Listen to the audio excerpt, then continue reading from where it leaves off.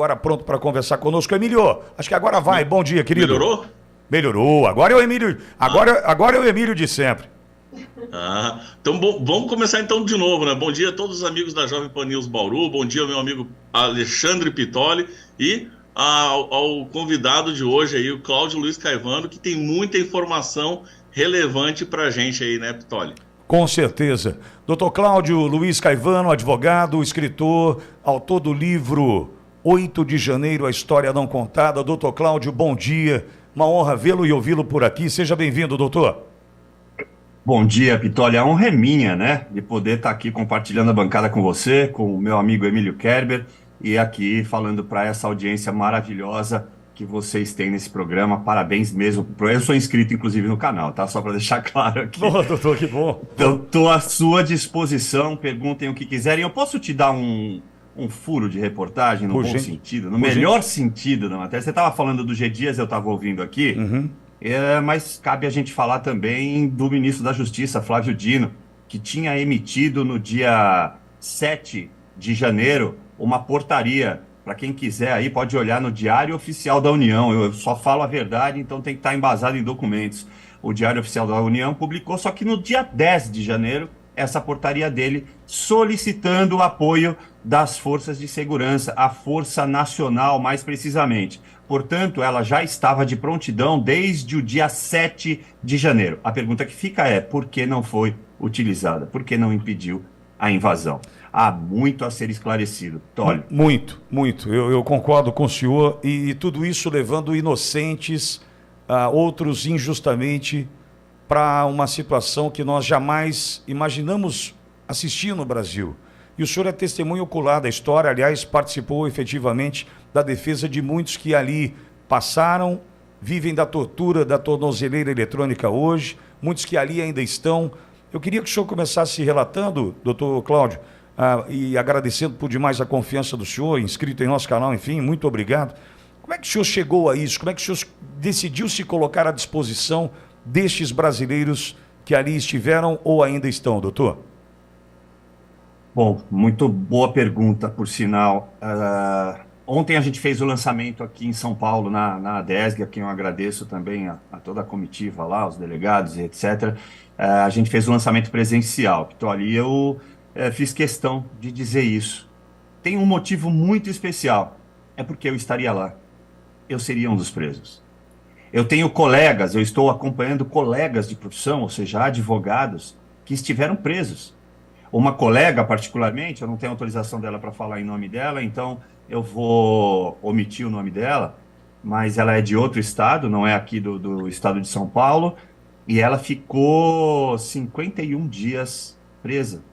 Aí alguns podem dizer assim, nossa, mas ela é advogada, como é que ela ficou presa? Pois é, o delegado federal, mesmo com outros advogados lá se indignando, ele deu voz de prisão para ela naquele momento e colocou-a presa.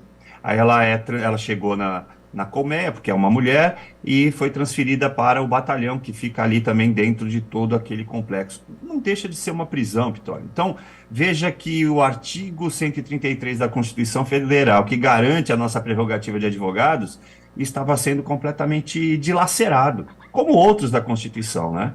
E eu seria um desses advogados que talvez acompanhasse essa colega na prisão lá no batalhão. Por esse motivo, quando eu fiquei sabendo das prisões no dia 9, eu e mais duas colegas, nós nos reunimos e acreditamos que a gente precisasse fazer alguma coisa. E a única forma de você interceder num caso como esse é indo até lá. Então eu comprei a passagem, consegui uma passagem para o final do dia, já à noite, começo da noite, e cheguei lá por volta de 10h30 da noite no complexo da Academia Nacional de Polícia da Polícia Federal, que fica, acho que se eu não estiver enganado, o Emílio já conhece melhor Brasília, pode me falar, acho que é Taquari ali, a região... Sobradinho? Sobradinho? A região ali da academia. Então fui para lá, e a primeira coisa, o cuidado que eu tomei, Pitoli, Emílio e nossa audiência, foi tentar me avizinhar ali do que estava acontecendo efetivamente e qual seria o procedimento da Polícia Federal. Então, quando eu vi um colega que estava atendendo um assistido dele, ia passar por uma oitiva, eu pedi gentilmente para o colega permitir, tudo isso está relatado no livro com riqueza de detalhes, e ali eu participei, E ali eu pude ver o que iria efetivamente acontecer com todo mundo. Todos eles iriam ser presos. No entanto, Pitoli, precisa ficar muito registrado para a nossa audiência para ela reverberar isso. A prova, de novo, repito, está no livro. Eles não sabiam que tinham sido presos naquela manhã do dia 9 de janeiro, Pitoli. Eles foram convidados a entrar no ônibus para irem a um local seguro. E você sabe quando que isso aconteceu na história da humanidade? Sei, sei. Campos de concentração, judeus sendo levados para a morte. Exatamente. Perfídia. Então, Emílio, isso que eu ia perguntar agora, né? Nós temos aqui um comentarista, doutor, que é colega de profissão do senhor, o Eduardo Bogo, que trouxe esse crime de perfídia, que é um crime imperdoável na guerra, que é a traição, que é quando alguém demonstra rendição, entretanto aproveita daquele momento onde o inimigo, o opositor, né, está pronto para recebê-lo na condição de rendido e acaba atacando, né, este inimigo, o surpreendendo, traindo. Eu posso entender que se foram convidados para entrarem num ônibus e serem levados para um local seguro, nós tivemos a perfídia, nós tivemos a traição. E eu vou tentar, doutor Cláudio, estabelecer uma cronologia na nossa conversa, até para ficar de fácil compreensão para a nossa audiência. Então eu volto amanhã do dia 9, né? O senhor chegou em Brasília na noite do dia 9, na própria segunda-feira, mas volto amanhã do dia 9, naquele momento onde foram levados para um lugar seguro e sem saber que estariam sendo levados para a cadeia, doutor, então é isso? Exatamente. E aí eu tenho muitos relatos, é importante deixar isso, que eu coloquei, transferi para o livro, transcrevi com a omissão dos nomes, evidentemente, de pessoas que conseguiram, por exemplo, sair dos ônibus, não embarcarem. Outras conseguiram fugir de outras maneiras. Está tudo ali muito bem relatado. Mas você está coberto de razão e o colega também. O Brasil é signatário da Convenção de Genebra, de 1948. No artigo 3º da 11ª emenda que eles fizeram, diz textualmente que a prisão por perfídia, que é considerado trapaça, enganação, qualquer meio insidioso para você enganar o seu oponente, ele é proibido em tempos de guerra, mas em tempos de paz também. Isso é preconizado na Convenção de Genebra para civis. Eu relatei tudo isso no livro, entre outras facetas. Vou te dar outro exemplo, que estou ali para a nossa audiência. O artigo 283 do nosso Código de Processo Penal, assim como a nossa Constituição Federal, artigo 5º, inciso 59, se não me falha a memória agora, dizem textualmente que a regra é a liberdade. Ou seja, ninguém será preso senão prisão em flagrante ou após o trânsito em julgado. Portanto, de qualquer lado que você observe, mesmo sendo um leigo no direito, diante disso que está na Constituição Federal, que está na Convenção de Genebra, que está no Pacto de San José da Costa Rica, que o Brasil é signatário também, a regra é a liberdade, é a presunção de inocência, que está, se eu não estiver enganado, no mesmo artigo 5º, inciso 57, com certeza é o 57, e diz lá que ninguém será considerado culpado senão após o trânsito em julgado da condenação. Portanto, não há por onde a gente dourar pílula, por onde a gente olhar com um olhar menos vexatório nesse sentido. É o dia da infâmia. A esquerda está usando isso para ela, Tolly, chamando de o dia da infâmia, remetendo aí a um discurso de Roosevelt durante a Segunda Guerra, após o ataque de Pearl Harbor. Veja só você. Só que eles estão usando da maneira contrária, dizendo que foi uma tentativa de golpe. Não.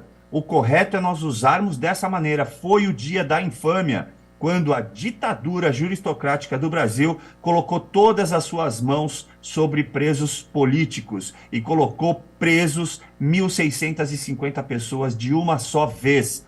Presos políticos, Pitoli. Doutor, Emílio, vai me interrompendo se você também quiser. Eu gostaria de fazer uma ressalva, só para a gente não perder o gancho. Pois não. Porque depois a gente vai pular. Bom, eu sou militar, né? Eu fiquei inativo na Força Aérea por 25 anos e eu fiz um curso de Direito Internacional do Conflito Armado, né? E lá a gente estudou a Convenção de Genebra. E a Convenção de Genebra, depois eu dou a dica aqui para que as pessoas procurem lá no Google Convenção de Genebra, e ela basicamente é o seguinte, é a organização da bagunça. Você está numa guerra, mas não pode tudo numa guerra. Você está no MMA, numa luta de vale tudo, mas da cintura para baixo não pode. Então até em vale tudo tem regra. E aí, algumas regras, só uma regra, por exemplo, de Convenção de Genebra. Você não pode abater um paraquedista enquanto ele estiver em voo. Isso é uma regra da Convenção de Genebra, né? Outra regra que é considerada o crime mais desonroso de guerra é a perfídia. Você não pode simular que você está se rendendo para depois você, por exemplo, abater o seu inimigo. Você não pode levantar a bandeira branca e depois dar tiro no seu inimigo. E a perfídia é considerada o crime mais desonroso em uma guerra. E foi o que a gente está vivenciando aí no Brasil no dia 9 de janeiro. Obrigado aí, Pitoli. Desculpa aí por esse parênteses. Não, Emílio, não, perfeito.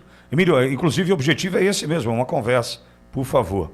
Doutor, e aí os absurdos seguem após a perfídia, essa traição, os absurdos começam a se acumularem. Entre eles, todos presos no mesmo espaço, o que não tem em nenhum lugar garantido no Código de Processo Penal, enfim, não há em nenhum lugar garantia de que isso poderia acontecer um dia no Brasil. Colocar homens, mulheres, idosos, crianças, já presos, porque eles já estavam presos, no mesmo espaço.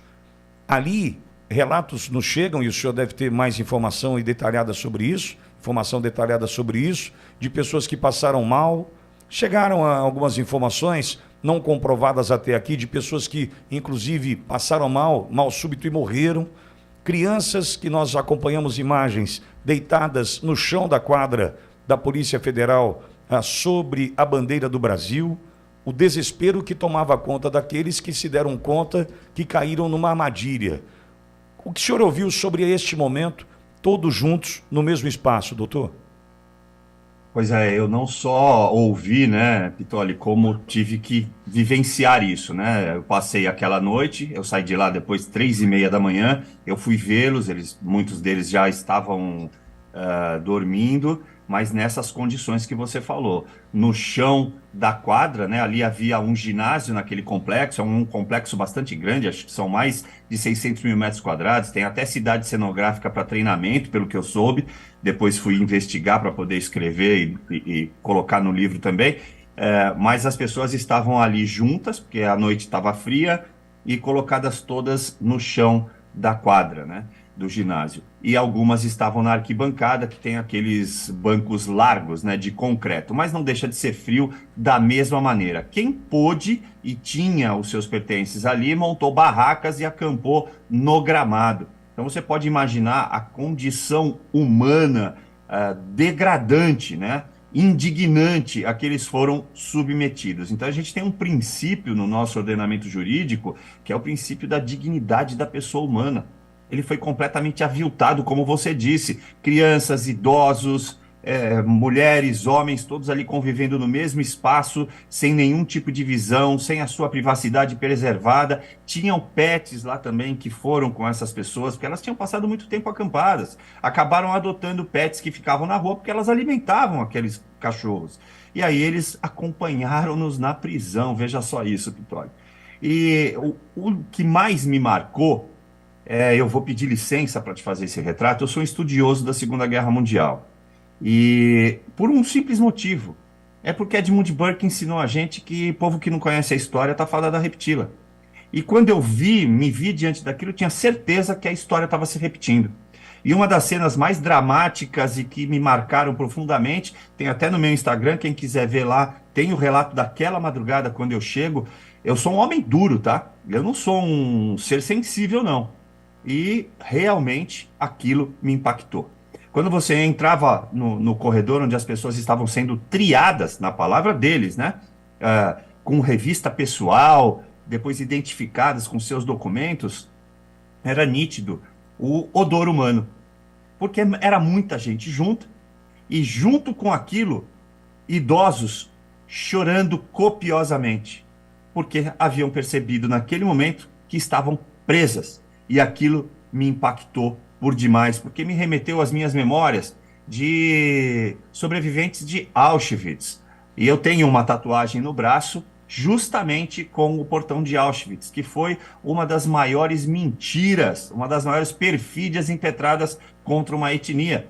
Porque lá em alemão, eu vou pedir licença aqui se eu errar a pronúncia na língua, é Arbeit frei, ou Mat frei, alguma coisa assim, peço perdão de novo, significa em português o trabalho liberta. Portanto, eles eram conduzidos, como você bem lembrou, em trens, como se fossem gado, todos juntos, da mesma maneira que essas pessoas foram colocadas na quadra da Academia Nacional de Polícia, da Polícia Federal, submetidas a horas sem nada para comer ou beber, indignante aquela maneira, e quando chegavam estava lá escrito, olha, o trabalho liberta. Só que a gente sabe qual foi o final daquilo. A mesma coisa aconteceu lá. E a todo momento, eu não vou aqui julgar os policiais federais, os agentes federais, eles estavam cumprindo o seu dever. Mas você via o armamento pesado com o que eles estavam ali conduzindo aquelas pessoas. E eu te pergunto, e uma pergunta retórica, perdão, Pitoli, que arma essas pessoas possuíam quando foram presas? Mas eu me lembro do Tribunal de Nuremberg também, né? Porque não simplesmente quem deu a ordem foi condenado, mas quem cumpriu também, né, doutor? Sem dúvida alguma, Pitoli, é assim, né? É uma questão de responsabilidade transferida, né? A ordem ilegal, ela não deve ser cumprida. Exato. Isso está no nosso ordenamento jurídico, isso faz parte de leis orgânicas da própria Polícia Militar, da Polícia Federal. Então, você tem total razão. Eles deviam se negar, mas, infelizmente, há um corporativismo e, infelizmente, a população não sente a ditadura enquanto aquilo não a atinge. E é justamente isso que eu argumentava com os policiais federais, com os agentes federais. Todos tentaram ser, e aí eu falo todos mesmo, a unanimidade, nenhum fez nada, eu não vi, não presenciei nada contra aquelas pessoas. Eu vou responder já sobre a suposta morte e uma tentativa de suicídio que eu presenciei, mas nenhum dos agentes fizeram nada contra aquelas pessoas, não as agrediram, não fizeram absolutamente nada. No entanto, a gente percebia que tinha gente concordando e gente que não estava concordando, o que demonstra a divisão da nossa sociedade hoje e que é uma luta de valores, né? Quem defende valores morais, valores éticos, e quem só quer se locupletar continuando com o seu empreguinho, a sua vida normal. Nós tentamos muito, de verdade muito. Eu pedi para a doutora Maria Emília Gadelha, que conhecia algumas pessoas, alguns médicos lá em Brasília, para investigar isso. Ela me deu a devolutiva depois de umas 4 ou 5 horas. Não havia óbito registrado de pessoas que tinham sido movidas para os hospitais, mas houve atendimentos, sim, cerca de 6 ou 7 atendimentos já em estado mais grave. E eu presenciei na manhã do dia 10, no dia seguinte, a terça-feira, uma pessoa que tentou, eu vou colocar aspas aqui porque não é uma tentativa contundente, né? Ele tentou se suicidar, ele cortou os próprios pulsos. No entanto, usando ali de uma latinha de refrigerante, o corte foi bastante superficial e ele foi prontamente atendido. Isso não explica e não justifica o que estava sendo feito contra ele. Ele fez aquilo numa medida de desespero, de completo desespero, quando também ficou sabendo que ele seria preso. E aí eu vou só fazer a última colocação aqui, que eu não sou penalista, Pitoli, Emílio Kerber e nossa audiência. Mas naquele momento eu entendi que é melhor você não ter um especialista do que não ter um advogado. Emílio, alguma coisa nesse sentido? Posso avançar, Emílio? Bom, só falando, né? Já vou pedir desculpa hoje que eu tô muito com a cabeça baixa, porque o Caivano tá falando e eu tô tentando achar no livro aqui o que ele tá contextualizando. E o livro, ele também, mais adiante, em algum momento eu vou pedir para o Pitoli também encaixar, porque eu vejo que você cita, Caivano, o nome de alguns presos aqui, como por exemplo da Clio, que ela foi presa no dia, uma paulista, que foi presa antes do dia 8 de janeiro. E aí você fala que ela tá bem dentro das possibilidades, embora ela esteja passando por severas restrições lá no momento que ela estava presa, mas acabou que o fato dela ter sido presa antes do dia 8 de janeiro foi menos pior para ela? Ou não? Não enxergo dessa maneira, não, Emílio. Acredito, na verdade, eu estive com ela anteontem, tá? Eu sou um dos advogados dela, fui chamado, inclusive, por ela depois.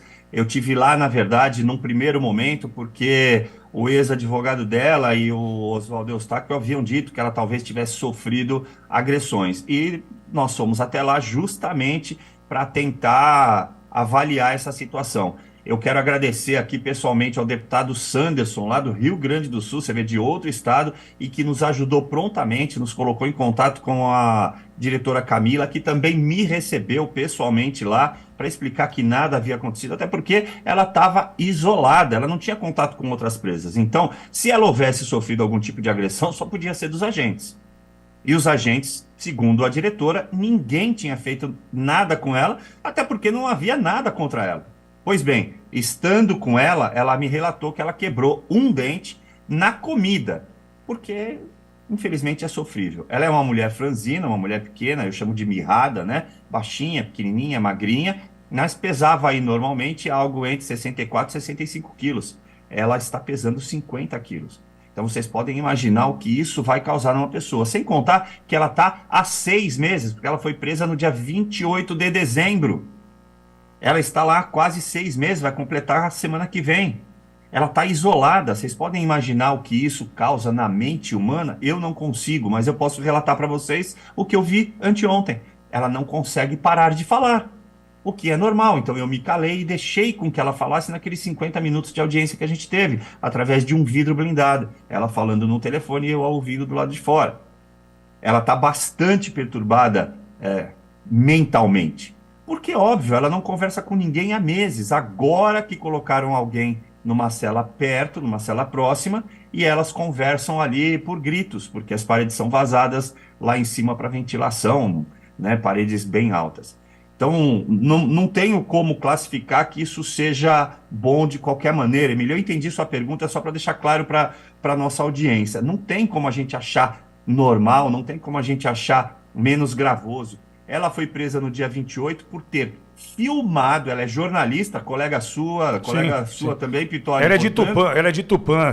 Exatamente, uma ativista que eu já conhecia, ela foi presa por filmar a prisão do cacique de Sererê e colocar na internet, fazendo o trabalho jornalístico dela. Não há crime. Olha, quando se prende jornalista, quando se prende deputado, quando se mantém preso deputado, é porque a gente está numa ditadura. E não é de hoje. A ditadura foi já iniciada quando prenderam o Daniel Silveira. E a gente não fala mais disso. Daniel Silveira está preso. Está preso porque deram uma nova interpretação ao artigo 53 da Constituição Federal, que diz que ele era completamente inimputável por quaisquer falas e votos. Quaisquer, minha gente, quaisquer representa o absoluto. Ou seja, nada do que ele dissesse poderia ser usado contra ele para prendê-lo.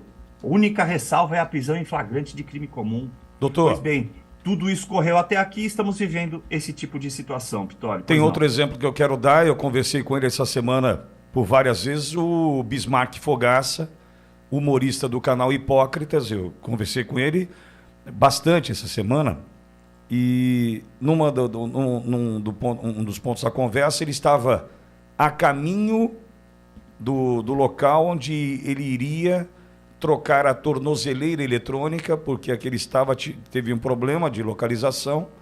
Ele estava em trocar a tornozeleira eletrônica, alguém que a justiça disse, quando decidiu soltá-lo, que não encontrou nada que o incriminasse. E ele sai da cadeia 3 meses depois e sai com uma tornozeleira eletrônica numa nítida intenção de torturar, que não tem outro nome. Uma jornalista presa porque fez uma filmagem e postou nas redes. Um humorista preso porque vai a cortes internacionais tentar dizer lá o que nós estamos vivendo aqui. Os relatos que o senhor vem trazendo agora, doutor, são chocantes e não há como a gente não se indignar, não há como não se revoltar.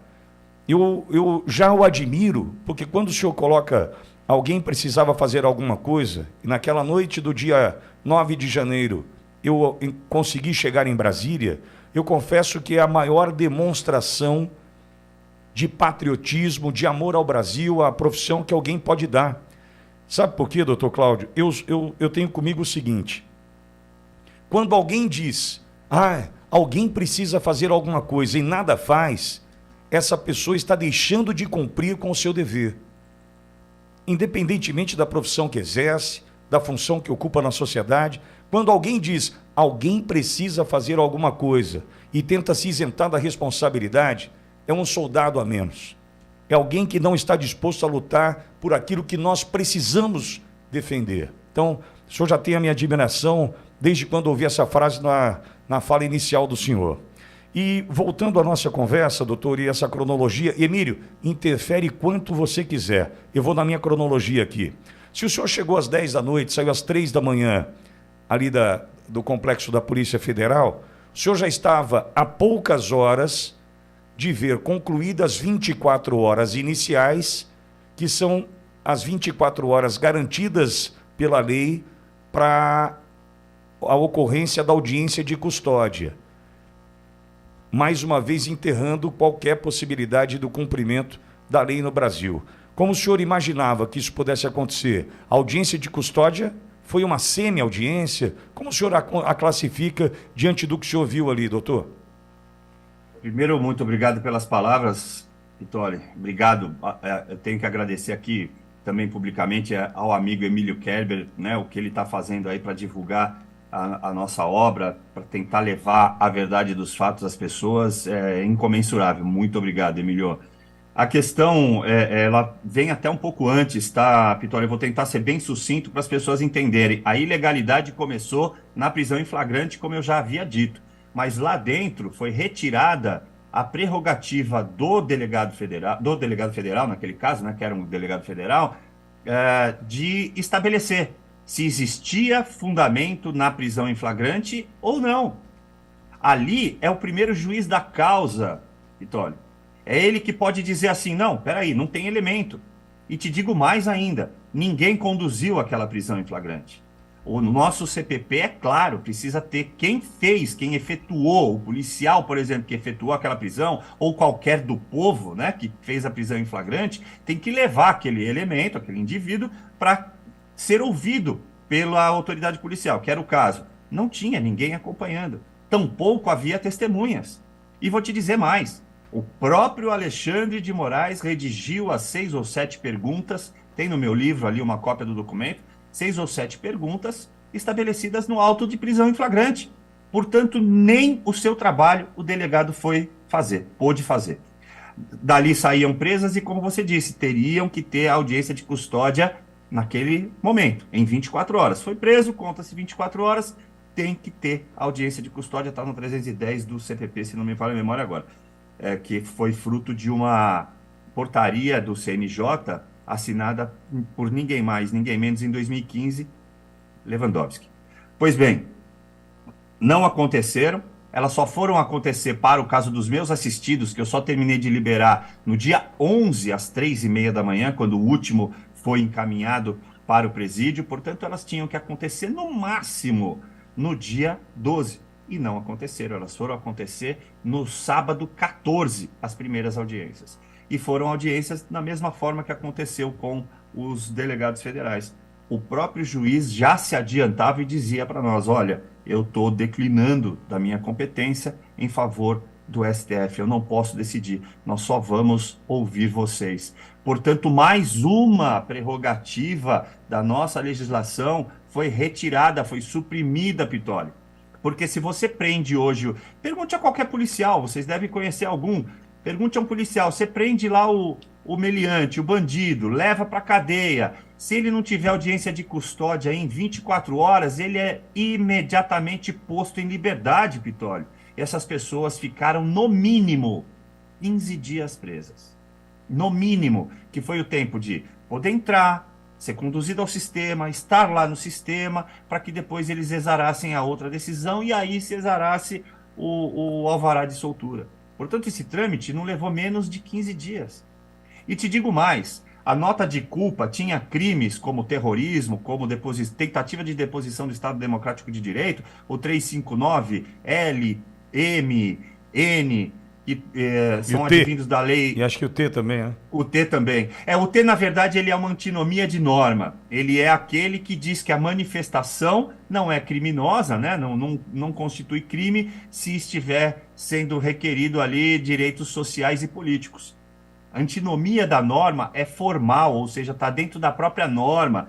Para nossa audiência entender, antinomia é algo que se contrapõe. Então você tem lá os crimes no 359, nos incisos anteriores, mas você tem a atenuante ou aquela que elimina o crime, que é o 359-T, dizendo que aquelas pessoas, então, portanto, que inclusive está numa carta dos chefes das Forças Armadas, lá do dia 11 de novembro, Vitório, quando já foi requerido pelo governo de transição o pedido para esvaziar a frente dos QGs.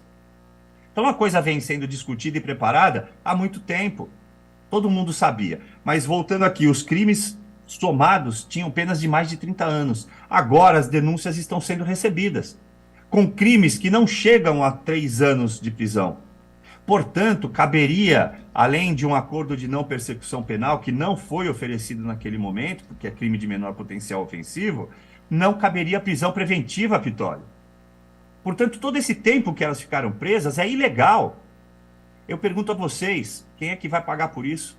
Quem é que vai pagar pelo problema mental que essas pessoas, o dano moral que essas pessoas passaram por terem sido conduzidas para dentro de uma prisão, do sistema prisional brasileiro, prisional federal, sem ter cometido crime algum? Doutor, e aqui nas minhas falas, prudentemente, até mesmo porque a gente vive com um alvo na testa, né?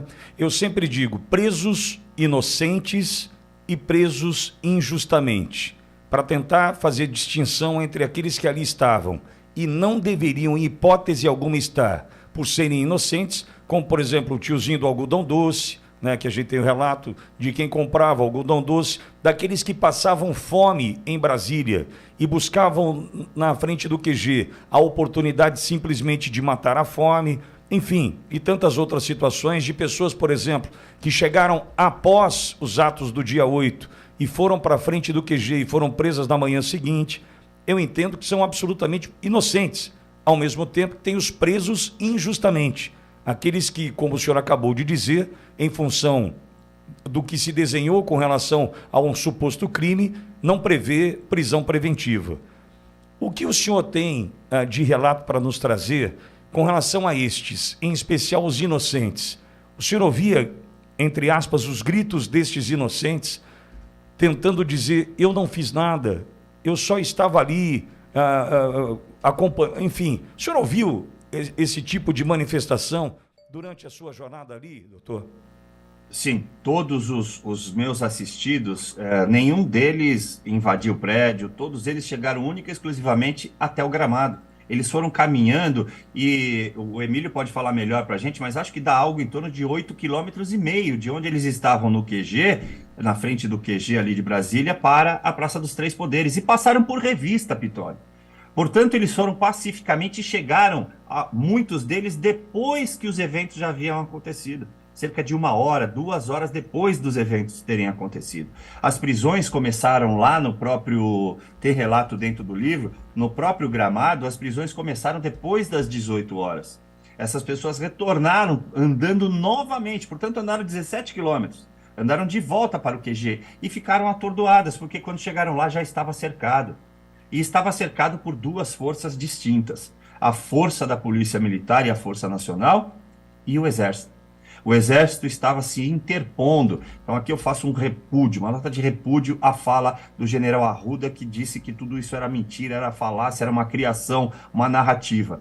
Houve embate verbal entre os oficiais do Exército e os oficiais da Polícia Militar, Vitória. Isso foi relatado por várias pessoas que a gente ouvia lá no dia 10, que eu passei o dia todo lá. E todos eles, quase que a unanimidade, falavam, mas doutor, por que eu estou aqui? Eu sou inocente, eu não fiz nada, eu quero ir para minha casa.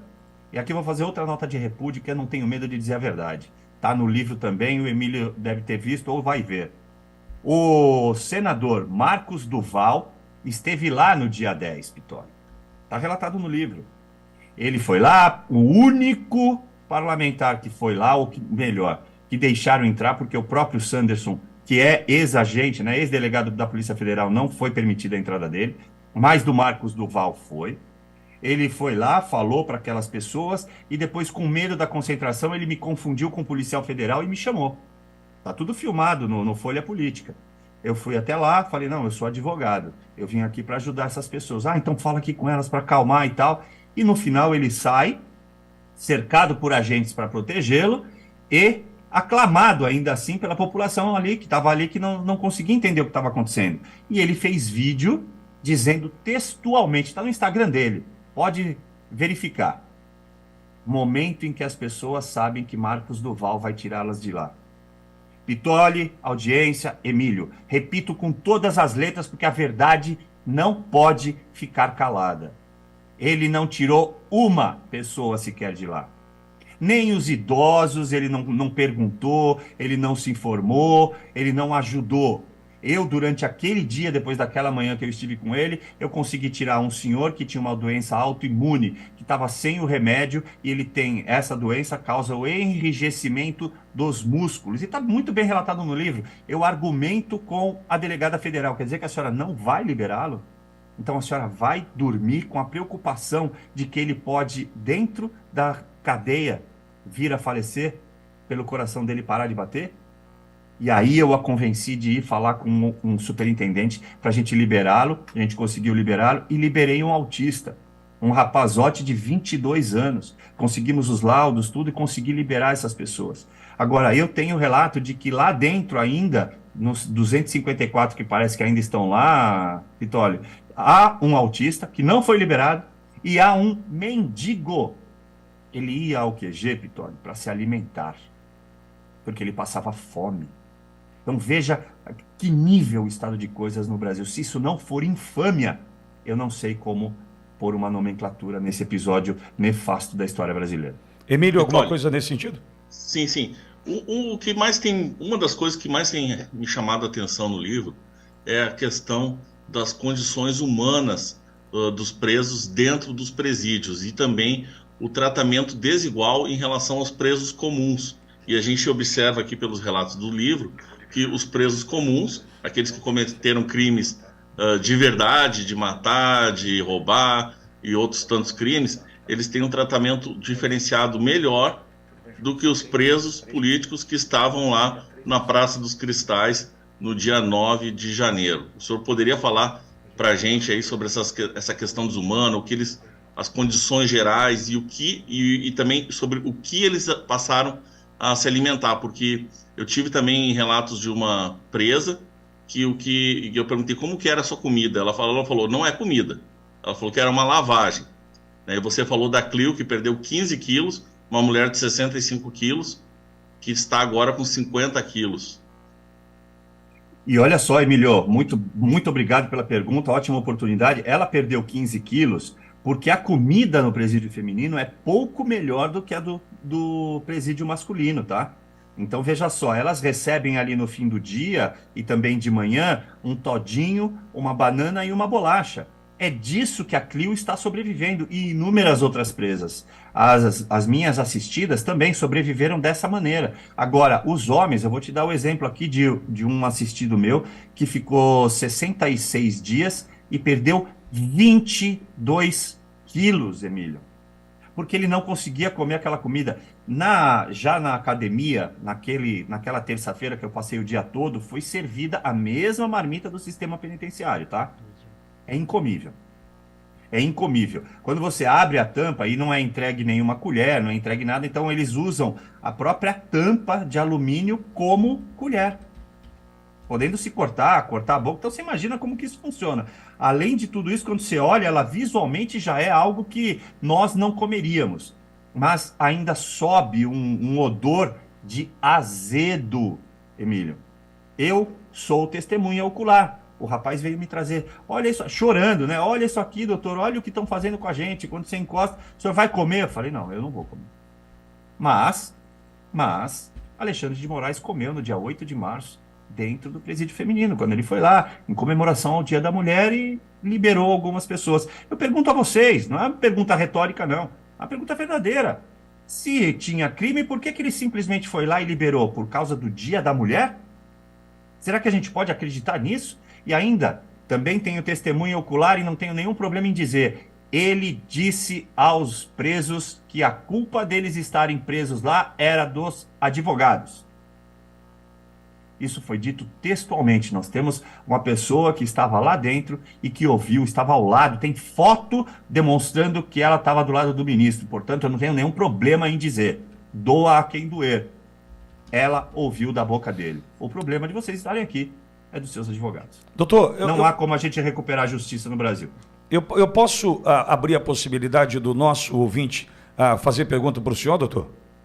Fique à vontade, Pitoli, o que você precisar, estou aqui à disposição de vocês, essa história precisa ser contada. Não, porque aqui eu digo e repito sempre que o nosso ouvinte também é falante, né? Então, aqui a gente interage com a audiência de uma forma porque a gente precisa mostrar que nós não estamos sozinhos. Nós temos um Brasil, né, para tentar unir, arregimentar, para mostrar que se a gente não tiver de fato, né, esse objetivo comum e uma voz uníssona, a gente vai se desconectar e a gente vai se perder.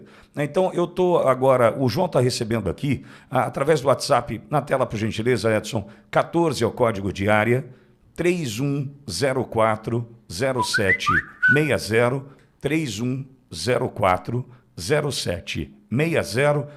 3 perguntas, inicialmente 3 perguntas, preciso do seu nome, sua cidade e estado, para a gente poder te identificar, ok? Então, o João já vai separando aqui 3 perguntas, enquanto a gente segue a conversa com o doutor Cláudio Luiz Caivano, que é advogado e autor do livro 8 de Janeiro, A História Não Contada. Quem participa comigo desta conversa é também o jornalista e escritor Emílio Kerber. Doutor, diante disso que o senhor relata e dessa forma tão clara, tão lúcida que o senhor traz essa informação, que no chat a gente percebe a indignação de quem nos acompanha agora, nós também temos relatos de outras situações absolutamente desumanas, subhumanas, de mulheres, por exemplo, que trocavam absorvente íntimo usado no período da menstruação. Nós tivemos outros relatos, como o senhor trouxe da Clio, né, de pessoas que estão isoladas e não tomaram sequer mais que 7 dias de banho de sol ao longo desses últimos meses. Nós temos relatos de algo que vai absolutamente contra o que nós consideramos direitos humanos. O senhor viu, em algum momento, o Ministério dos Direitos Humanos, o ministro Silvio Almeida, por exemplo, conhecedor do assunto, uma pessoa que tem um currículo realmente exemplar, se preocupar com estes ou por não usarem vermelho, estarem de verde e amarelo, não importam estes para o Ministério dos Direitos Humanos, doutor? Olha, excelente pergunta, Pitoli. Inclusive, eu terei a oportunidade de fazer, se ele comparecer, obviamente, como eu estou indo a Brasília, né, toda semana praticamente, e a semana que vem eu vou, vai haver uma audiência pública na terça-feira em que ele vai estar presente. Não tem nada a ver com esse caso, tem a ver com as pessoas trans, né? Na verdade, a disforia das pessoas trans. O que isso significa? Aquelas pessoas que estão tentando fazer a destransição, se é que existe, já que o Brasil é o país dos neologismos, eles querem voltar atrás porque foi feita essa transição quando eram crianças. Então parece que ele vai comparecer e eu vou querer fazer eu vou me cadastrar e vou querer fazer essa pergunta exatamente como feita por você para ele. Quer dizer que todas essas pessoas aqui, sem desmerecê-las, mais os presos normais, estes merecem a sua atenção. Os presos do 8 de janeiro, não. E aí já vai a minha resposta, a minha avaliação. Eu costumo dizer, com todo perdão aqui, que opinião é igual cocô no salão, né? Qualquer um pode fazer, mas eu sou aquele cara chato que vai dizer, você fez aquilo lá. Por favor, recolha. Então, eu não faço, eu evito fazer mera conjectura, mera opinião. Eu vou fazer uma análise rápida aqui para a nossa audiência. A questão que se impõe já no dia 10, eu cobrei as prerrogativas da OAB por estar lá, né? Na verdade, ela não estava. Ela deveria estar e não estava. Cobrei a Comissão de Direitos Humanos da OAB para ir lá. Eles mandaram uma comitiva que não chegou até a quadra, Pitoli. Ou seja, o problema do Brasil é muito mais sistêmico do que qualquer pessoa possa imaginar. E eu vou repetir, ditadura, conceitualmente, é todo o poder reunido em uma pessoa ou um grupo. O problema é que esse grupo está se tornando cada vez maior. É um grupo juristocrático. O advogado é o único cidadão do Brasil que não será preso em prisão comum. Se a nossa audiência não sabia disso, fique sabendo. É uma decisão recente do STF. Decidiu que todo mundo vai preso na mesma vala. menos os advogados. Eu te pergunto, o que isso pode significar na cabeça de um cidadão quando ele para pensar de duas uma, ou ele vai fazer direito e tirar a OAB para poder não correr sequer esse risco, ou ele vai se indignar. O problema é que parece que parte da população brasileira perdeu a capacidade de indignação, Vitório. Emílio, audiência. Quando a gente perde isso, a gente se torna escravo. Perdeu ou é medo, doutor? São as duas coisas, você tem razão. Eu sempre digo, e está relatado ali a minha avaliação, isso foi um duro recado. A gente teve lá em 1934 o incêndio do Reichstag, eu faço essa comparação, e aqui a gente teve repercutido, não aqui primeiramente, nós tivemos repercutido lá nos Estados Unidos com a invasão do Capitólio. Algo que agora está vindo a público também, as imagens de que a invasão não foi bem uma invasão, foi algo orquestrado. Então a gente agora está com a apuração aqui da CPMI para poder verificar se isso aconteceu, como é que foi, quem fez, como você estava falando da questão do G. Dias. O que se impõe aqui é que, posteriormente ao incêndio do Reichstag, eles aprisionaram lá um comunista como sendo o autor daquele ato, e posteriormente eles passaram a perseguir os seus opositores, prender os seus opositores. Qualquer pessoa que se opusesse ao novo regime e ao partido era preso. Foram 25 mil pessoas presas. Olha a similaridade do que nós estamos vivendo 80 anos depois, Vitório. Isso tem que ficar claro para a nossa audiência. E tudo bem, medo. O medo começou quando? O medo começou na pandemia. Quem que comandou a pandemia? Foi o STF, Pitório. Foi o STF, Emílio. Foi o STF, audiência. Eles colocaram o medo em você. Lei para cá, lei para lá, decreto para cá, decreto para lá. Você não pode fazer nada. Olha, cuidado que você vai morrer. E com todo respeito a todas as vítimas, quantas vítimas efetivamente passaram por necropsia para verificar se a causa mortes foi Covid? Eu já respondo, nenhuma, porque saiu uma portaria dizendo que não era para fazer necropsia em mortes por Covid. Mas isso é uma parte da história para o pessoal depois pesquisar. A questão é, eles impetraram o medo na população, a população não saiu para a rua, eles colocaram o Dilma elegido de novo no cenário eleitoral e conseguiram eleger o Dilma elegido. É por isso que nós estamos vivendo esse estado de coisas. E ele não é o ditador da vez, como dito pelo Paulo Bilinski em entrevista ao Oeste, por uma questão que acho que ele não observou. Porque não pode existir duas ditaduras. Doutor, mas não há vácuo no poder. Fiquemos atentos. Já tem pergunta aqui da audiência da Jovem Pan News Bauru. João Vitor Teófilo, pois não, João? Bom dia, doutor Cláudio. Bom dia, Emílio Quebra. Nossa audiência participando por aqui. A Elisângela, ela não disse de onde é, tá, Pitoli? Mas ela disse o seguinte: estou acompanhando o depoimento do doutor Luiz e me perguntando ao mesmo tempo, com tanta indignação, este caso deveria ser denunciado na ONU? Ou seja, os direitos humanos internacionais poderiam intervir neste caso? Doutor? Obrigado, João. Excelente pergunta da Elisângela. Sim, poderiam, e tem denúncias. Tem denúncias na Comissão Internacional dos Direitos Humanos e até agora nenhuma postura. Mas eu vou contar um fato que a nossa audiência não sabe, um furo aqui para a Jovem Pan Bauru. A Beatrix é uma parlamentar alemã que se levantou, montou uma frente parlamentar e vieram ao Brasil e visitaram Alexandre de Moraes, visitaram o STF. Quando ela viajou de volta, ela disse: estive com o maior criminoso do Brasil. Pois bem, ela está sendo perseguida. E ontem eu tive a informação de que ela está sendo afastada dessa frente parlamentar, correndo o risco de perder o seu mandato. Isso parece responder muito bem a Elisângela do que está acontecendo e de qual a intenção da ONU. A interferência na Alemanha. Na Alemanha, Pitólio. Na Alemanha. Pois não, João, mais uma pergunta? A Maria, do Rio de Janeiro, deixou sua participação por aqui. Vamos acompanhar. Bom dia. Aqui é a Dona Maria, da Ilha do Governador, Rio de Janeiro. Eu gostaria de perguntar a vocês se o doutor Cláudio, com todas essas informações que ele tem, ele poderia participar de uma CPI ou de uma CPMI para esclarecer todos esses fatos? Muito obrigada. Vocês tenham um bom dia. Querida Ilha do Governador, Rio de Janeiro, obrigado, Dona Maria.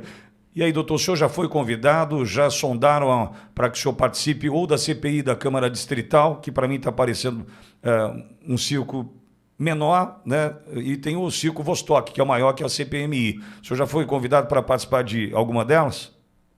Pois bem, excelente pergunta. Obrigado, dona Maria, pela pergunta. Abraço aí ao povo do Rio de Janeiro. Estarei aí dia 15 de julho. Na verdade, eu estive já ontem lá dentro dela, né?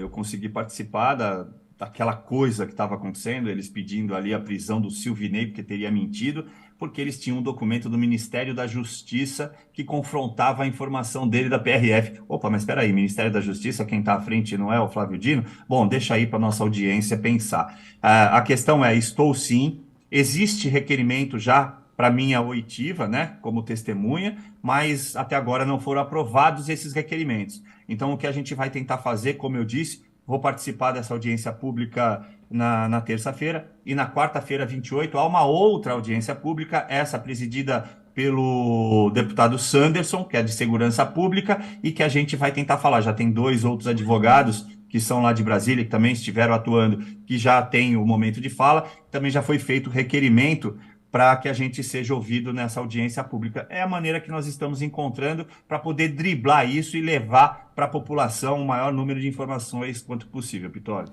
Mais uma pergunta, João. O Valmir, de Jarinu, aqui no estado de São Paulo, mandando sua participação. Vamos acompanhar.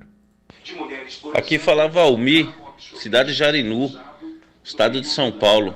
Gostaria de saber se é possível processar e pedir indenização para o governo federal a respeito de toda essa barbárie dessas prisões. Doutor? Excelente pergunta também, muito obrigado aí ao Valmir de Jarinu, conheço muito bem a região assim, a região daí, um dos melhores ares, né, considerado o melhor ar de São Paulo ali, Atibaia, Jarinu. Pois bem, Valmir, é possível sim, é o que nós esperamos. E veja só, Pitoli, Emílio e nossa audiência, assim que eu percebi que a justiça não imperava mais no Brasil e que não seria possível liberar essas pessoas, não seria possível impedir a condenação, e eu aqui faço a minha avaliação, acredito que todas elas serão condenadas, tá? Está sendo oferecida, como eu disse, aí um acordo de não persecução penal, mas ele prevê no 28A do Código de Processo Penal a confissão. Eu, no lugar dos meus clientes, não confessaria. Se eu não fiz, para que eu vou confessar? Isso é um requisito intrínseco, não tem, é inafastável. Tem que fazer para poder ter a persecução penal, e aí você vai ter 1/3 da possível pena.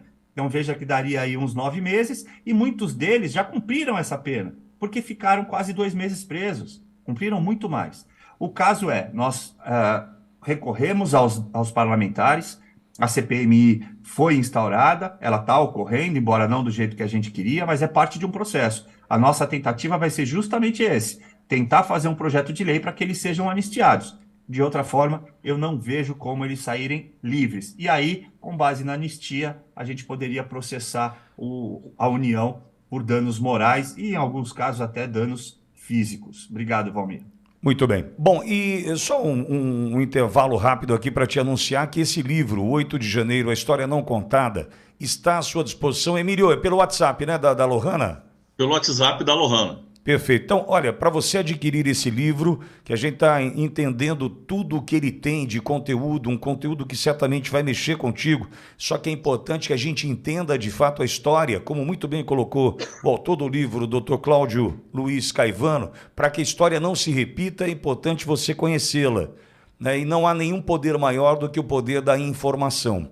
Nas suas mãos, esse livro pode estar entrando em contato agora pelo WhatsApp 61995525084. Vou repetir, 61995525084. Este é o WhatsApp da Lohana para você adquirir agora o livro 8 de janeiro, A História Não Contada, do Dr. Cláudio Luiz Caivano, nosso entrevistado desta sexta-feira. Doutor, a minha pergunta para o senhor agora é a seguinte: nós estamos falando dos presos, nós estamos falando daqueles que estão passando por essa situação, e nós não estamos aqui ainda falando, e quero ouvi-lo sobre isso, porque certamente o senhor terá relatos a trazer, falando das famílias que aqui fora ficaram. Nós temos uma ouvinte da nossa programação que diariamente participa conosco, a dona Noêmia Aparecida, que o filho ainda está preso. O filho ainda está preso. Nós temos situações e relatos, por exemplo, do que aconteceu com Anderson Torres e sua família, a mãe sofrendo com câncer no estágio terminal e o filho preso. a esposa com sérios problemas psicológicos, as filhas depressivas, enfim, o estrago, né, esse rastro de destruição que gera uma prisão de inocentes, prisões injustas. O senhor tem relato das famílias que já se sentem e vivem essa destruição aqui fora, doutor?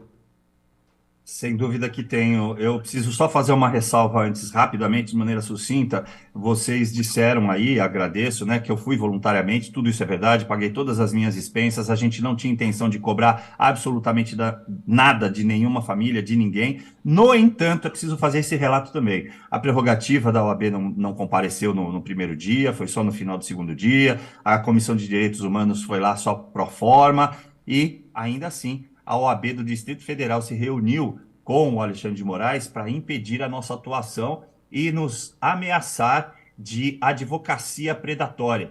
Portanto, nós fomos obrigados a um valor quase simbólico, né? Eu não vou revelar aqui, até para não ter mais problema ainda com a própria OAB, mas nós fomos obrigados a fazer contratos com todos eles para que não fosse imputada contra nós essa advocacia predatória. Quer dizer, o pro bono não pode existir? Não pôde existir. Na maioria dos casos. E eu vou relatar mais para vocês aqui. Eu sou membro da OACB, sou o diretor aqui de São Paulo, né? Diretor adjunto aqui para São Paulo. Ordem dos Advogados Conservadores do Brasil. Pois bem, a OAB fez uma ação contra a OACB para que ela fosse impedida pelo Alexandre de Moraes de atuar nos processos desses presos, porque lá sim, através da organização, nós estávamos fazendo pro bono. Portanto, estamos impedidos, em nome da OACB, de permanecer fazendo a defesa daquelas pessoas. Doutor, só para eu entender, é brasileiro contra brasileiro? Exatamente. É uma guerra civil não armada, é isso? É isso, é uma guerra civil não armada e, repito, sem medo de errar, da juristocracia, né, essa ditadura que está sendo implementada contra a população de bem. Meu Deus do céu. Doutor, e aí as famílias? As famílias, no nosso caso aqui, são 17, e eu tenho que fazer também o meu reconhecimento, meu agradecimento público à doutora Cláudia Ricken. Ela é médica e ela está nos auxiliando e auxiliando essas famílias, Vitório, porque eu percebi que as famílias, como você disse, estavam sofrendo muito e os nossos assistidos, quando voltaram para casa, isso piorou, isso agravou, porque eles estavam de tornozeleira, então a família tinha vergonha de sair, porque era apontada na rua. Quem usa tornozeleira não é bandido? É isso que eles colocaram na cabeça das pessoas. Olha lá o bandido andando.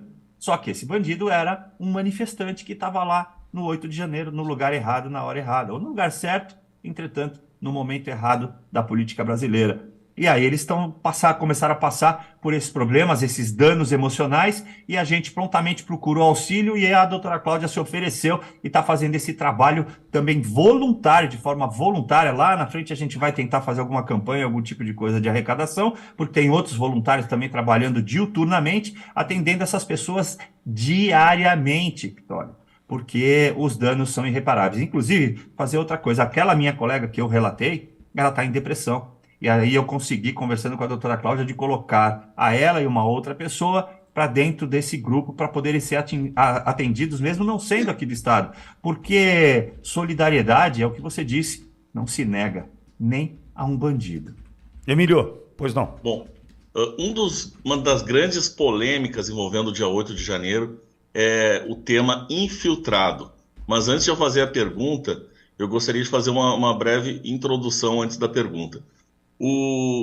Antes do dia 8 de janeiro e depois do segundo turno das eleições, nós tivemos milhões de brasileiros protestando, incrédulos com o resultado das eleições e contra, acima de tudo, contra a eleição, vamos colocar assim, né, contra a eleição de um ex-presidiário, né?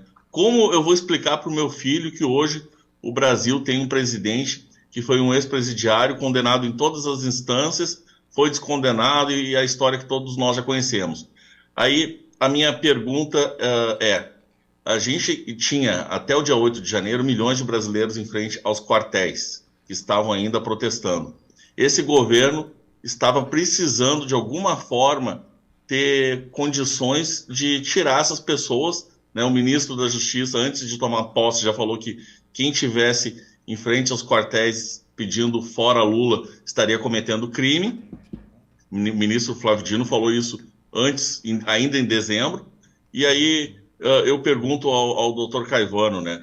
O dia 8 de janeiro teve infiltrados também? E também a minha segunda pergunta junto com essa, né?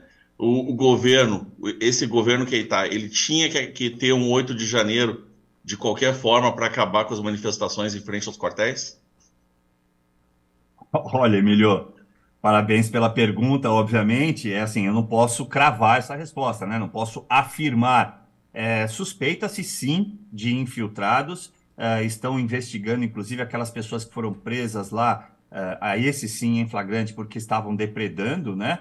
E parece que não pertenciam a nenhum grupo, nunca estiveram no acampamento. Então, tudo isso precisa realmente ser apurado. Não sabemos de que maneira isso vai ser apurado.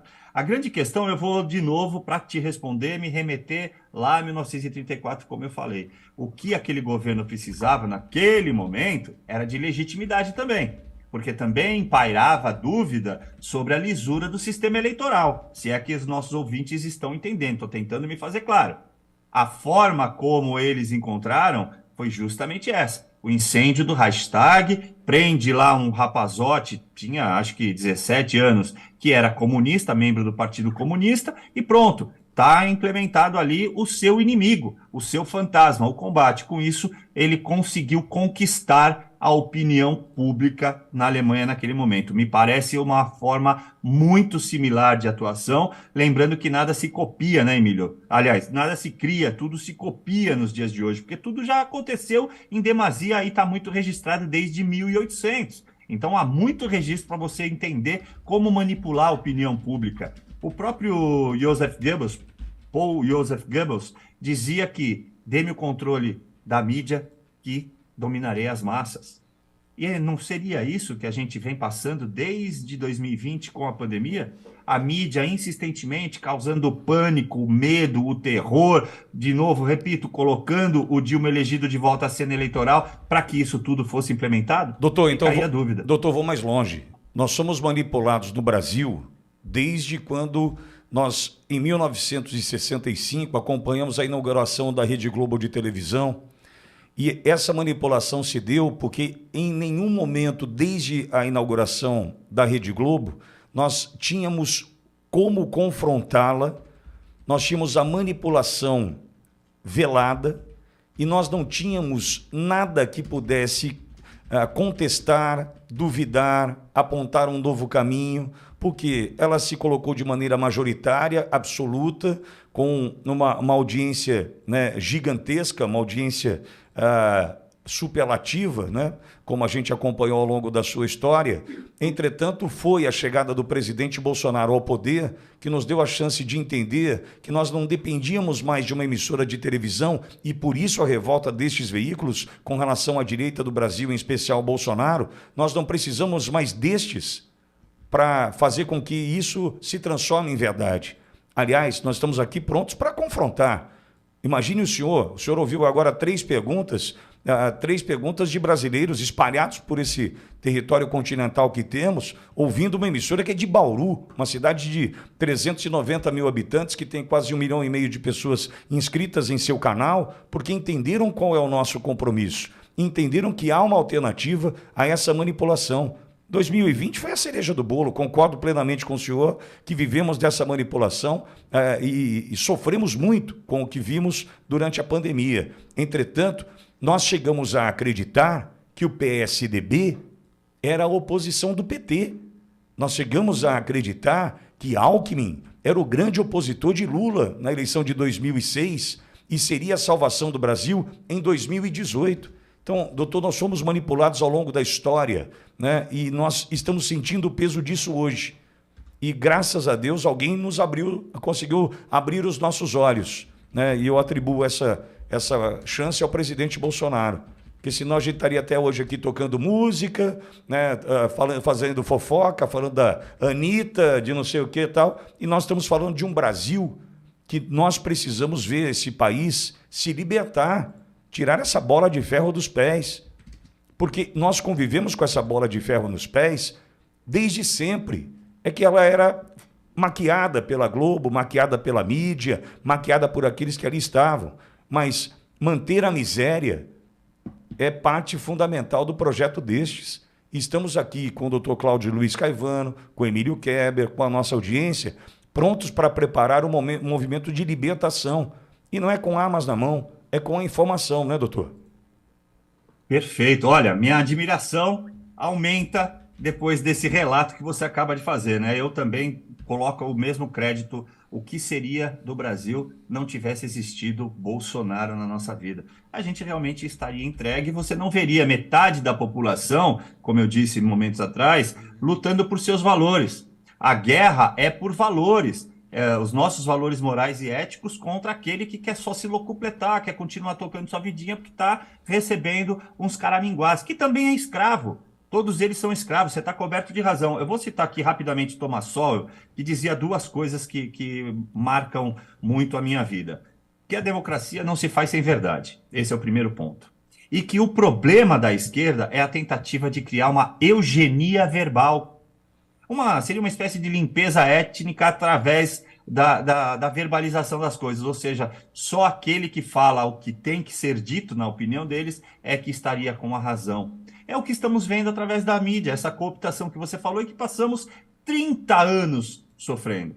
E que finalmente, né, deve-se isso também ao professor Olavo de Carvalho, que era um gênio, não fui aluno dele, mas era um gênio, isso tem que ser dito. Era chamado de polemista, polêmico, seja lá o que for, mas era um filósofo autodidata e genial. Devia ter um QI, sei lá de quanto, né? Acima comparável aí de muitos cientistas como Einstein, né, Pitoli? Sim, sim. Pois não, doutor. Pois não, por favor. Não, é que tem, acho que mais participação segundo o João aqui, e eu quero ouvir a audiência, e a Fabiana Luca está perguntando como adquirir o livro. Eu vou reforçar, Fabiana, para você anotar o WhatsApp da Lohana, o livro 8 de Janeiro, A História Não Contada, de autoria deste que nos concede essa entrevista realmente histórica, Dr. Cláudio Luiz Caivano. Você compra pelo WhatsApp 61995525084. Repetindo, 61 é o código de área, 995525084, para você ter acesso ao livro 8 de Janeiro, A História Não Contada, de autoria deste querido Dr. Cláudio Luiz Caivano, que nos concede essa entrevista nesta manhã histórica de sexta-feira. João, quem é que está trazendo pergunta para o Dr. Cláudio? Quem participa por aqui, Pitoli, é o Sargento PM Rodrigues, de Praia Grande, São Paulo. Vamos acompanhar. Vamos lá. Só um minutinho, vamos lá. Bom dia, Pitoli, João, Léo e a todos da melhor rádio do Brasil, Jovem Pan. Por cá o Sargento PM Rodrigues, Praia Grande, São Paulo. Gostaria que perguntasse aí ao advogado se há possibilidades de uma ação popular para retirar esses integrantes do STF, esses ditadores no Brasil, se há possibilidades. Grande abraço a todos. Doutor, eu acho que eu já sei a resposta, mas quero ouvir. Bom, vamos lá. O João, né, sargento da Polícia Militar. Rodrigues, me perdoa. João é o nosso amigo aqui da rádio, né? Isso. Obrigado pela pergunta e eu quero fazer publicamente o que eu sempre faço. Os verdadeiros heróis da nossa nação são os policiais militares, os militares, né, que fazem a ronda ostensiva e os bombeiros. Então, parabéns a você. Obrigado pela pergunta. Olha, existe uma forma, sim, de iniciativa popular. Não vejo uma possibilidade de uma ação popular avançar, porque vai acabar caindo justamente neles, né? O ordenamento jurídico, ele é feito para não funcionar. Eu não tenho o menor problema em dizer isso. No entanto, há a possibilidade de fazer uma iniciativa popular para fazer um plebiscito. Isso tem lei, isso está na Constituição, né? E tem uma lei específica que regulamenta. Então, se a gente conseguisse juntar assinaturas suficientes para fazer isso, a gente poderia começar a mudar esse país, né? Diminuindo aí o poder que essas pessoas têm, alterar o 102, parágrafo 2º da Constituição Federal, alterar o 103 também da Constituição Federal, que dá lá os legitimados. Vamos retirar partido político que possa fazer ADI e ADC, por exemplo, porque esse é o mecanismo utilizado por alguém que vocês conhecem muito bem, Randolph Rodrigues. Ele usa isso a todo momento. Agora o Lindbergh pediu para ser retirado o presidente do Banco Central. Tudo através dessa metodologia, artigo 103. Se a gente conseguisse corrigir essas distorções, já seria um grande ganho para a sociedade, eu não tenho a menor dúvida. João, mais alguém? Sim, Pitolio. O Marcos Bueno, da cidade de Limeira, aqui em São Paulo, pergunta o seguinte: diante de tudo isso, abusos de autoridade, falta de apoio da OAB, a quem devemos recorrer, doutor? Obrigado, Marcos. Olha só, a quem eu tenho recorrido?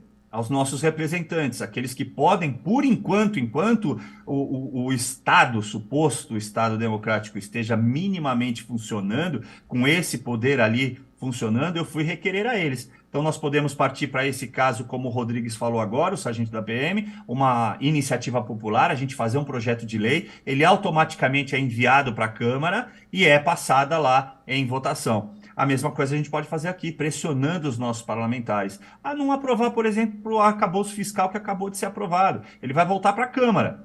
Ele foi alterado no Senado e está voltando para a Câmara. Cabe a nós, cidadãos, nos manifestarmos para impedir essa aprovação, porque é dinheiro livre, que não foi nem ganho ainda. Imagine você, na sua casa, Marcos, gastar 2 ou 3 vezes mais do que você ganha. Como é que vai ficar a sua situação em poucos meses?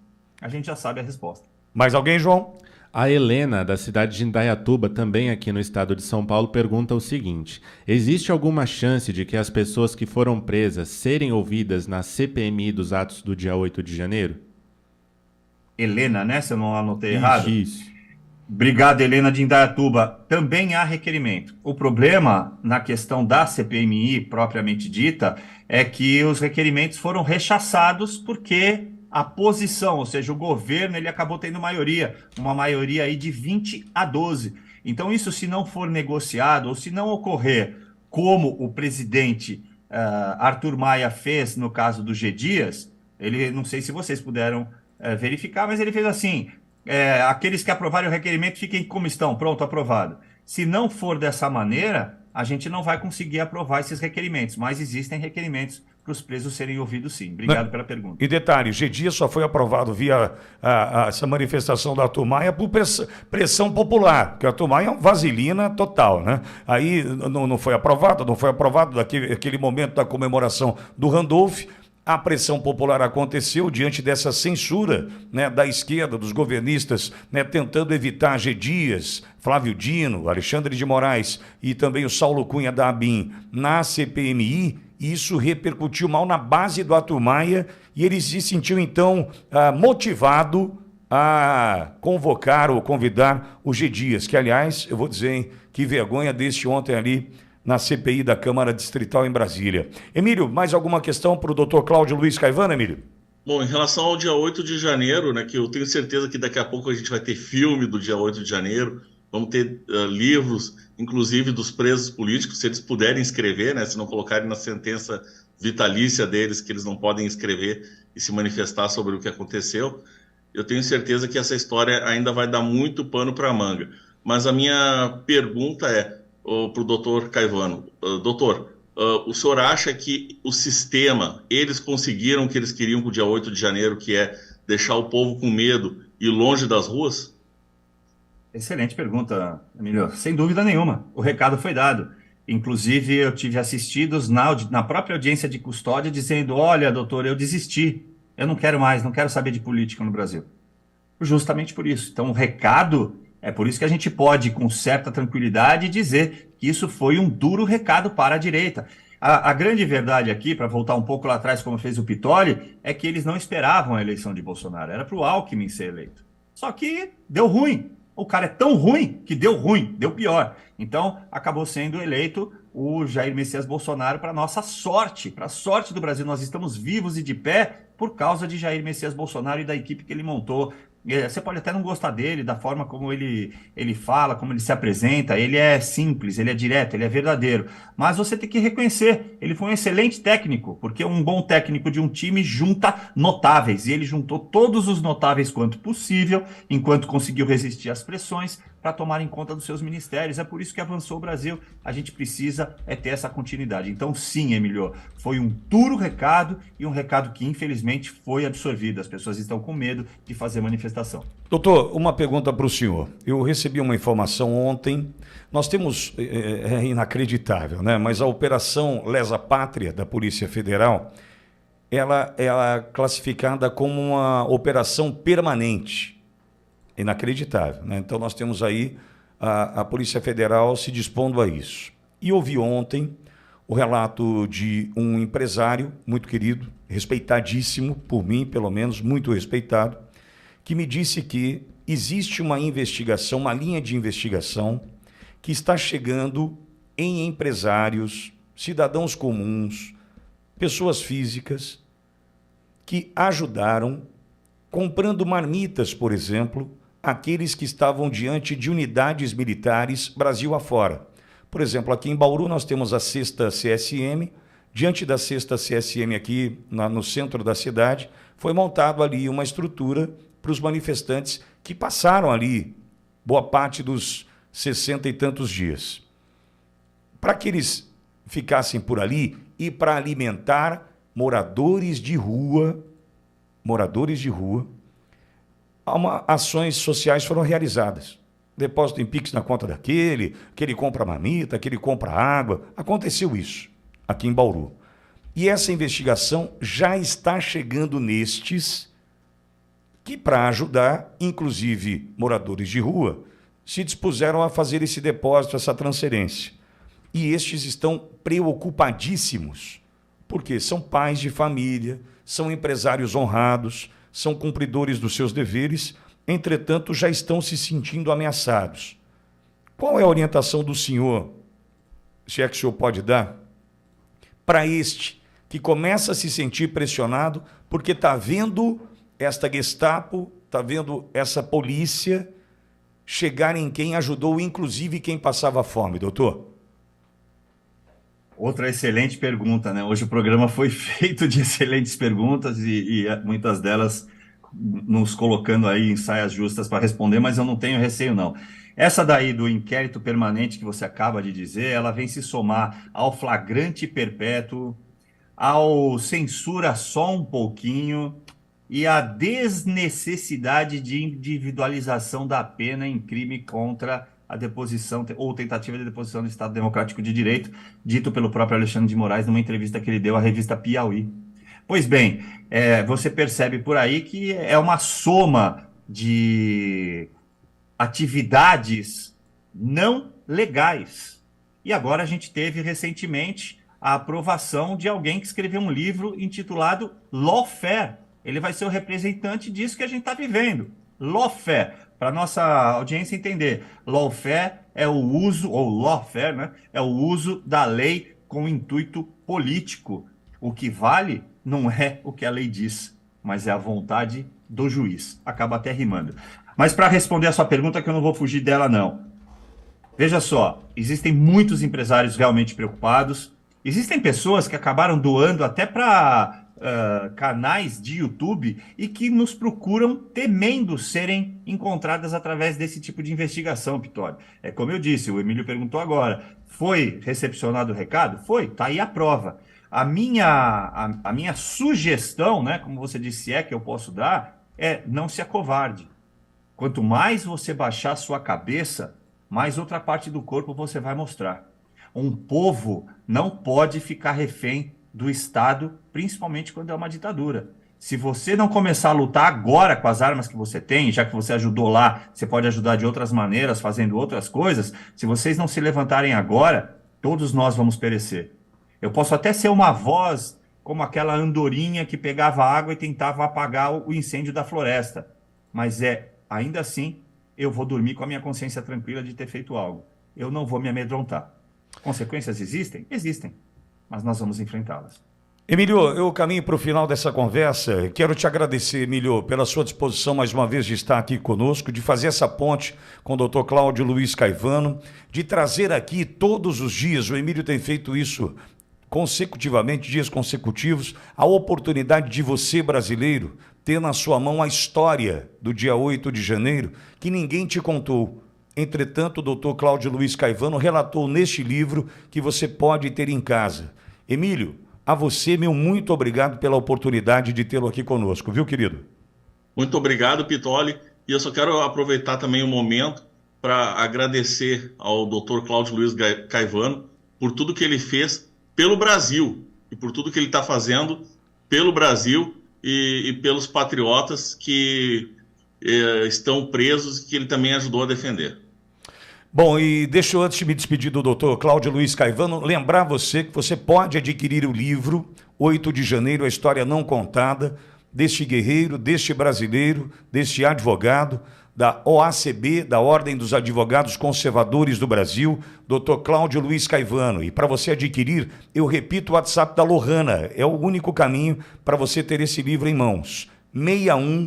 61995525084. Repetindo, 61995525084, para você ter em casa o livro 8 de janeiro, a história não contada, da autoria deste querido Dr. Cláudio Luiz Caivano. Doutor, ganhou um fã, um admirador, pela coragem, pela verdade, pela honradez e pela forma clara, como o senhor trouxe todas as informações, parte delas relatadas no livro, outras opiniões fundamentais para a gente entender a maneira como o senhor enxerga o Brasil hoje, abrindo os olhos da nossa audiência. Doutor, obrigado pela coragem.